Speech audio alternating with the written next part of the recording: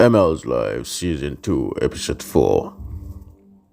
So while the male subject was being disrespectful towards me on the bus, I could not do anything at this point because there was no rule that says you cannot be disrespectful to an officer or to anybody. But then when the bus driver had enough of him and screamed at him, and I called, she said, "Hey, leave him alone. Don't you see he doesn't want to talk to you?" And for some reason that sets the man off.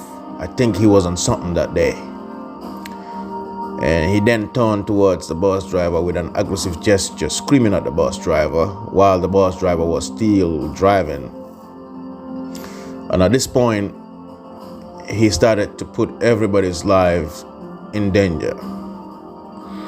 And then I was like, all right, it's time for me to stop this nonsense. I then screamed at him and I said, "Yo, you better knock it off and go back to your seat right now." And I think that made him feel unmanly. He then turned towards me and switched his aggressive gesture towards me. And at this point, I had nowhere to move back because I was stuck between the door and he was in front of me. So I had no other choice but to go against policy. So the company I was working for, you're not supposed to hit first. But that day, I put my safety first. I hit the man on his chest and pushed him back. He fell. And then my partner ran from the back towards us. I thought she was going to come help me handle business and then play Dr. Phil later. Instead, she did the opposite. She came and stood between us and started separating us. I immediately ordered the bus driver to pull over. She did. I alighted the bus, my partner followed, and the subject followed, still with an aggressive gesture towards me.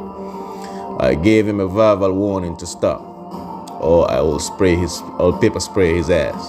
That's exactly what I said. And I also advised my partner to step aside.